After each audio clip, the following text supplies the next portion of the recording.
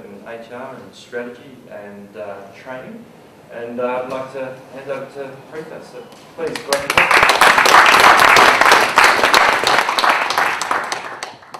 Leadership is not a theory.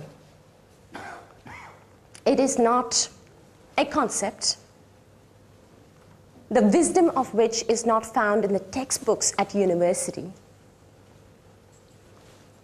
And it is certainly not taught with as much vigor as geography and maths is by school teachers, unfortunately. Leadership is a practice. Leaders see possibilities when none exist. And they're not scared to go away and create that pathway. But what leaders tend to get very, very good at is shifting gears. They get very good at shifting gears as they drive through that sometimes treacherous, but mostly great terrain, and adjust to the successes and failures that they come across. They take the learnings, they never lose sight, and they persevere and they push on.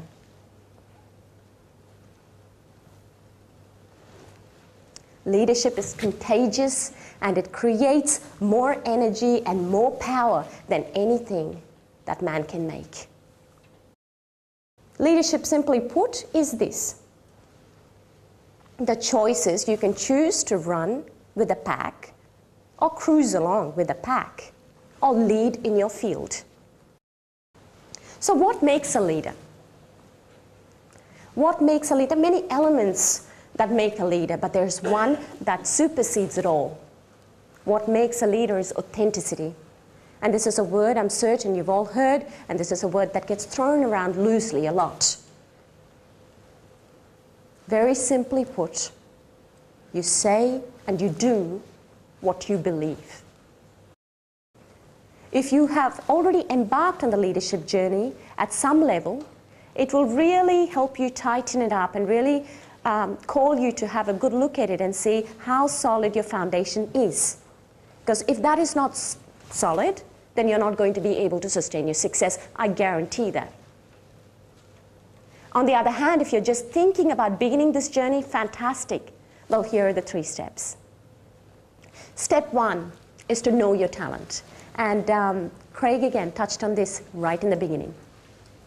Know your talent. So what do I mean by that? Really understand what your strengths are, whether it is in your technical area, or whether it is in your cognitive area, or whether it's in your emotional intelligence space. Really begin to understand, what are my strengths? Now, more importantly, really look hard and notice your weaknesses. What are my weaknesses? And the reason you do that is you really want to make sure there's no point in strengthening your strengths. You're good with that. That's your strong muscle. Begin to work on those weaknesses. And then already you'll begin to notice that your game lifts. Step 2 is knowing your values.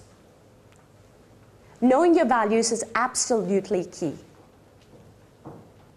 So what are your top 3 values? Know it, and really, really know it. So you begin to know how far is too far. You begin to measure your results against it. You begin to really know what to change because of it. And then you're able to make those changes in a very sustainable fashion, which is why you can sustain your success as you go from one level of greatness to another. So know your values. Step 3 is to really have a sense of purpose about you. If you do not have that, the gentleman spoke about confidence. It's that sense of purpose. Your leadership journey began when something shifted inside you. Very quickly, let's write down your top 3 values.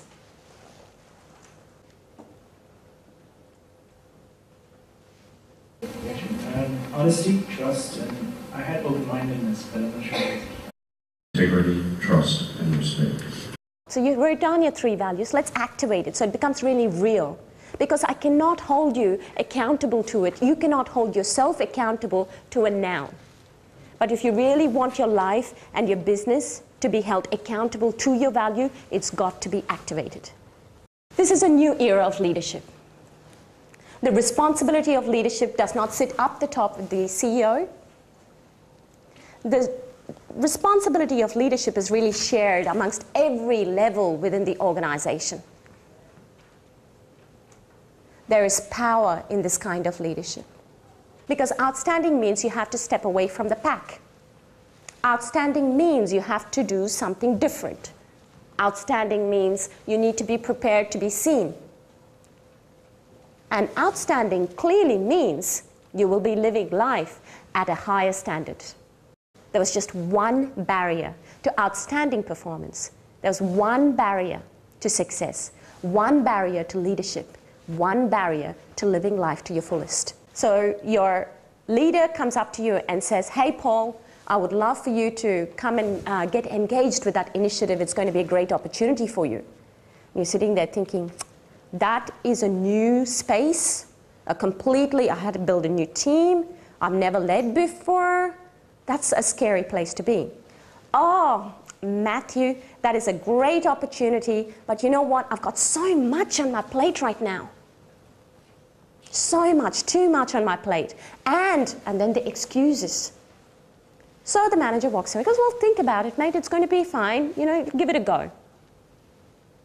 Now, that conversation that happens mentally begins to create a certain emotion.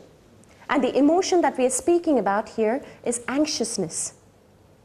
It's not real as yet, but we're beginning to tell little tales, which begins to build this murky water, which looks so scary.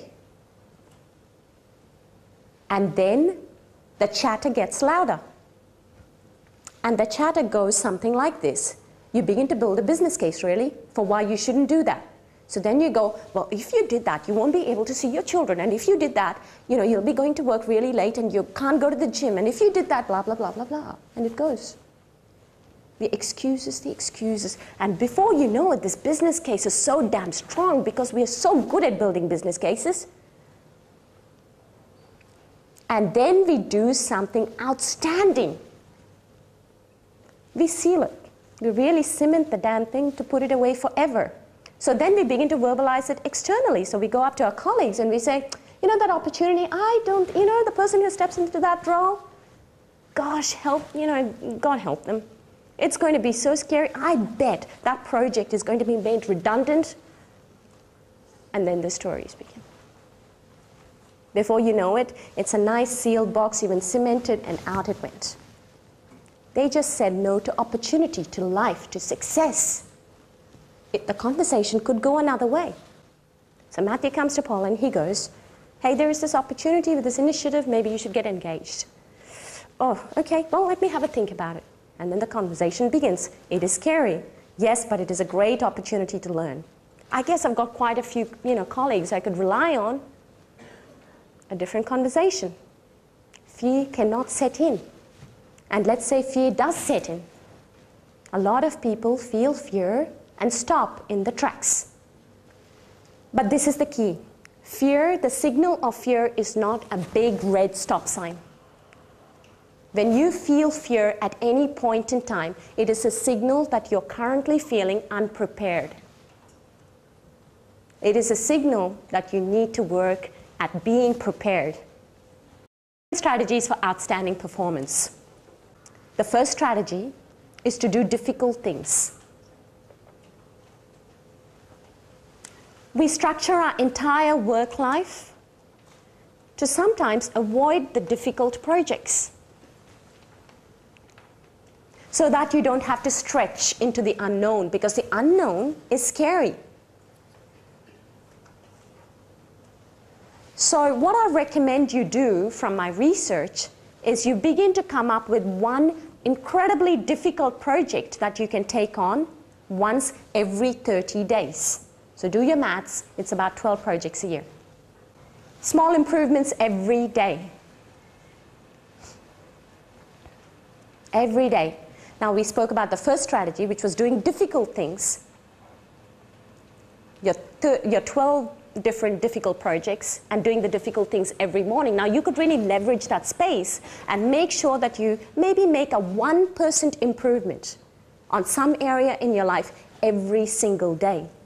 If you started today, within 30 days you're 30% better off than when you didn't start it. Consider that. Lastly, your 4 creative channels that creates results. Channels are important. We have 4 creative channels. Your thinking, your feeling, your language, and your actions. So it was a thought. Every habit begins with a thought. It translates into a feeling. It progresses into words, because that's how we give everything meaning. And then eventually it comes out into action, so it's established, done. Ladies and gentlemen, leadership is very much a journey with yourself. And the only way to outstanding peak performance is through leadership.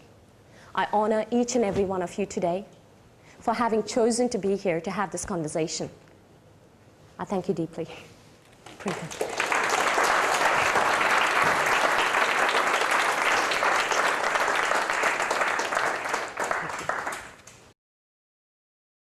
I found the session insightful, not only the self-reflection part, but that there was things I could take back to the job, and just 7 principles I found well, really useful. Some of them I do, some of them I can improve on, and yeah, the speaker was fantastic. Her presentation skills really got the message across very well, and I enjoyed the session. Thank you.